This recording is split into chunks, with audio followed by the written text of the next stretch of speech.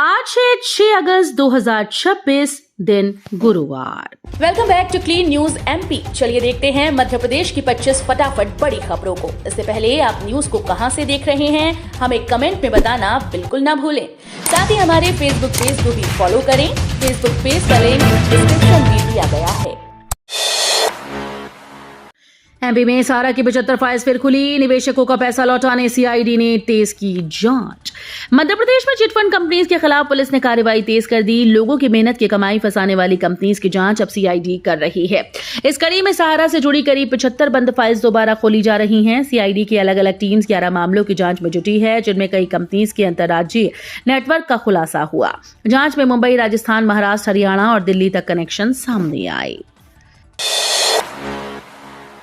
ज्ञान से मिलेगी स्कॉलरशिप। श्री कृष्ण के जीवन पर आधारित प्रतियोगिता 10 अगस्त से शुरू। मध्य प्रदेश सरकार भगवान श्री कृष्ण के जीवन और शिक्षाओं से जुड़ी ज्ञान प्रतियोगिता शुरू करने जा रही है। 10 अगस्त से शुरू होने वाली श्री कृष्ण मेधावी स्कॉलरशिप योजना में सही जवाब देने वाले छात्रों को 1 लाख रुपए तक की स्कॉलरशिप मिल सकती है। खास बात यह है कि प्रतियोगिता में शामिल होने के लिए मोबाइल के जरिए सवालों की लिंक उपलब्ध कराई जाएगी। योजना का लाभ किसी भी आयु वर्ग के अध्ययनरत विद्यार्थी उठा सकेंगे। रतलाम में बढ़ा शिक्षा का खर्च, अब एक्टिविटी फीस ने बढ़ाई अभिभावकों की चिंता। रतलाम में नए शैक्षणिक सत्र के साथ निजी स्कूल की फीस व्यवस्था फिर सवालों के घेरे में है। किताबें, यूनिफॉर्म, जूते और बैग पर भारी खर्च के बाद अब स्कूल एक्टिविटी फीस के नाम पर प्रति छात्र 1000 से 1500 रुपए तक वसूल रहे हैं। बढ़ते शैक्षणिक खर्च से अभिभावकों की चिंता बढ़ गई है। उनका कहना है कि खेल, सांस्कृतिक और रचनात्मक गतिविधियां जरूरी हैं, लेकिन इस मद में ली जा रही राशि का स्पष्ट हिसाब नहीं दिया जाता। 15 अगस्त तक करा लें एलपीजी केवाईसी, नहीं तो दुगनी कीमत पर मिलेगा गैस सिलेंडर।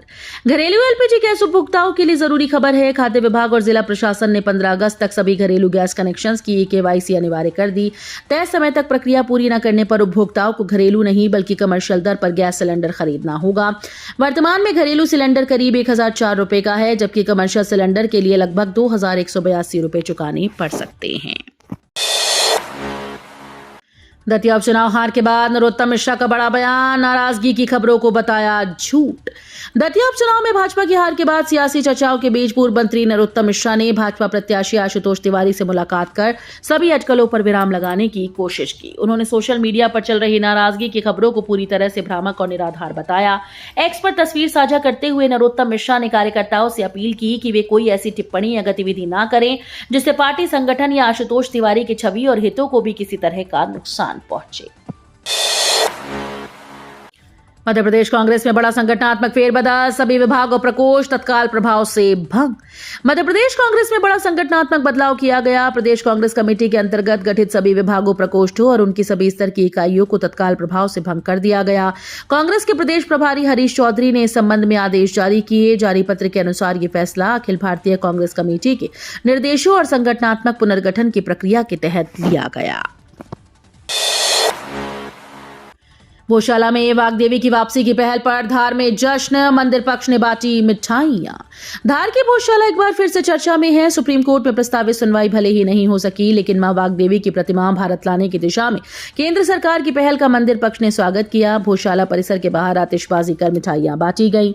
वहीं मंदिर पक्ष ने जिला प्रशासन को ज्ञापन सौंपकर मांग दोहराई कि नमाज की व्यवस्था भोजशाला के संरक्षित क्षेत्र से बाहर की जाए।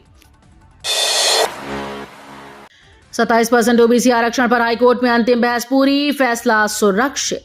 मध्य प्रदेश में 27% ओबीसी आरक्षण से जुड़े बहुचर्चित मामले में हाईकोर्ट में अंतिम सुनवाई पूरी हो गई। प्रशासनिक न्यायाधीश आनंद पाठक और न्यायमूर्ति विनय सराफ की विशेष युगल पीठ ने सभी पक्षों की दलीलें सुनने के बाद अपना फैसला सुरक्षित रख लिया। करीब 2.5 घंटे चली सुनवाई में आरक्षण की संवैधानिक वैधता, 50% की सीमा और ओबीसी आबादी से जुड़े आंकड़ों सहित कई अहम कानूनी पहलुओं पर विस्तार से बहस हुई।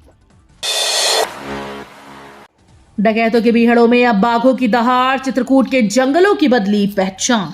मध्य प्रदेश के चित्रकूट, मझगवा, सरभंगा की बीहड़, जो कभी ददुआ और ठोकिया जैसे डकैतों के खौफ से पहचाने जाते थे, अब बाघों की दहाड़ से गूंज रहे हैं। दस्यु उन्मूलन के बाद वन विभाग के लगातार गश्त, शिकार पर नियंत्रण और संरक्षण प्रयासों से जंगल का माहौल पूरी तरीके से बदल गया।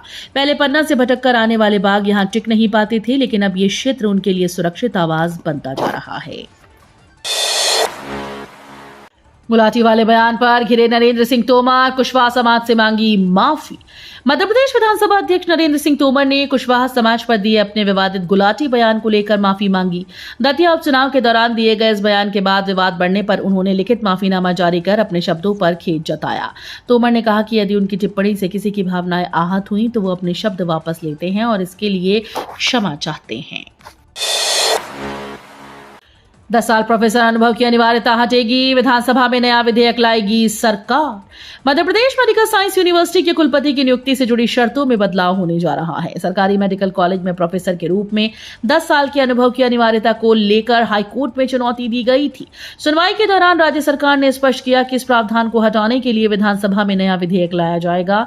बिल पास होने के बाद कुलपति नियुक्ति की पुरानी व्यवस्था फिर लागू हो सकती है। लंबे संघर्ष के बाद मिली राहत, कोर्ट के आदेश पर कंपनी को 7 दिन में करना होगा भुगतान। मालवा के जयंत वाइटामिन्स लिमिटेड यानी जेवीएल के कर्मचारियों के लिए बड़ी राहत की खबर है।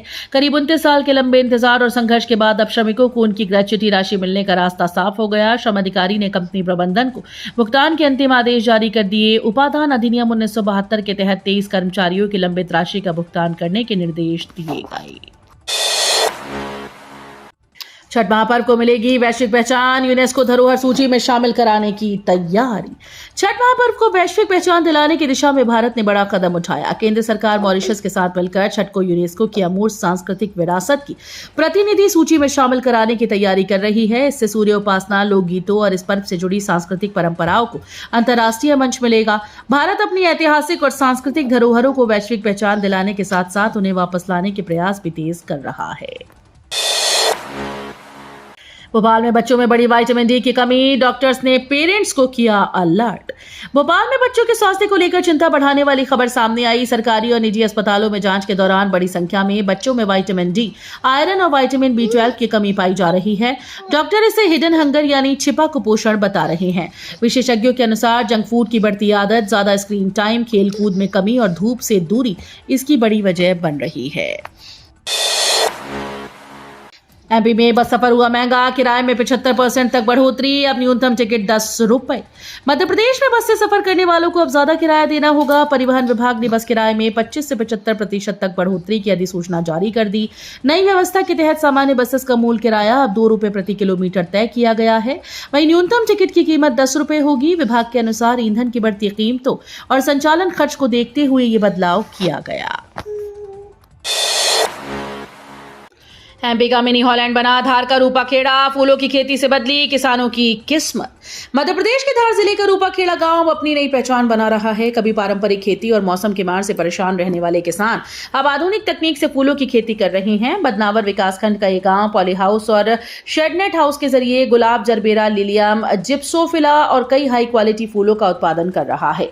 रंग बिरंगे फूलों ने न सिर्फ खेतों की तस्वीर बदली बल्कि किसानों की आय और जीवन में भी बड़ा बदलाव ला दिया है। एमपी कांग्रेस में संगठन की सफाई, जिला ब्लॉक स्तर की सभी इकाइयां भी हुई भंग। मध्य प्रदेश कांग्रेस में बड़ा संगठनात्मक बदलाव किया गया। दिल्ली में पार्टी आला कमान के साथ हुई बैठक के बाद प्रदेश कांग्रेस के सभी विभाग, प्रकोष्ठ और उनके जिला व ब्लॉक स्तरीय इकाइयों को भंग कर दिया गया। ये फैसला संगठन सृजन अभियान के तहत लिया गया। अब कांग्रेस नई सिरे से प्रदेश कार्यकारिणी और संगठन की संरचना तैयार करेगी। दतिया उपचुनाव के नतीजों के बाद पार्टी आगामी चुनाव की तैयारियों में जुट गई है और सक्रिय, ऊर्जावान व समर्पित कार्यकर्ताओं को नई जिम्मेदारियां देने की तैयारी कर रही है।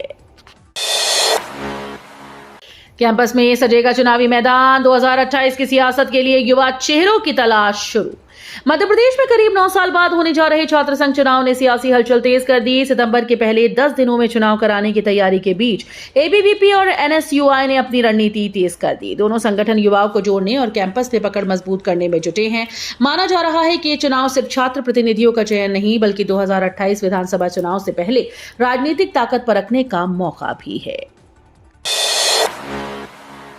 महर में वन भूमि विवाद, बिरसा मुंडा प्रतिमा लगाने पर अड़े ग्रामीण, पुलिस टीम पर पथराव। महर जिले के बहेली गांव में वन भूमि पर कब्जे को लेकर विवाद बढ़ गया। ग्रामीणों ने वन विभाग की जमीन पर झोपड़ियां बनाने के बाद बिरसा मुंडा की प्रतिमा स्थापित करने की कोशिश की। प्रशासन और वन विभाग की टीम जब अतिक्रमण हटाने पहुंची तो ग्रामीणों ने विरोध शुरू कर दिया। समझाइश के बाद भी मामला शांत नहीं हुआ और गुस्साए लोगों ने पुलिस व प्रशासनिक टीम पर पथराव किया। घटना बदेरा थाना क्षेत्र की है। सोना तस्करी का बड़ा खुलासा, एयरपोर्ट कर्मचारी भी जांच के दायरे में।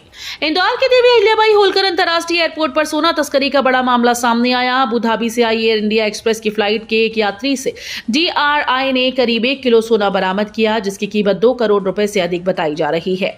खुफिया सूचना के आधार पर टीम ने यात्री की निगरानी कर उसे रोककर पूछताछ की। मामले में एयरपोर्ट के कुछ कर्मचारियों की भूमिका भी जांच के दायरे में है। विदिशा में डेंगू मलेरिया का खतरा बढ़ा, 45 घरों में मिला मच्छरों का लार्वा। मध्य प्रदेश के विदिशा जिलों में लगातार बारिश और जलभराव के बीच डेंगू और मलेरिया का खतरा बढ़ गया है। स्वास्थ्य विभाग ने अलर्ट जारी करते हुए लार्वा सर्वे और जांच अभियान तेज कर दिया है। पिछले एक सप्ताह में 127 संदिग्ध मरीजों की जांच में एक व्यक्ति डेंगू पॉजिटिव मिला, जिसकी हालत सामान्य है। वहीं 4514 घरों के सर्वे में 45 घरों में डेंगू मच्छर का लार्वा पाया गया।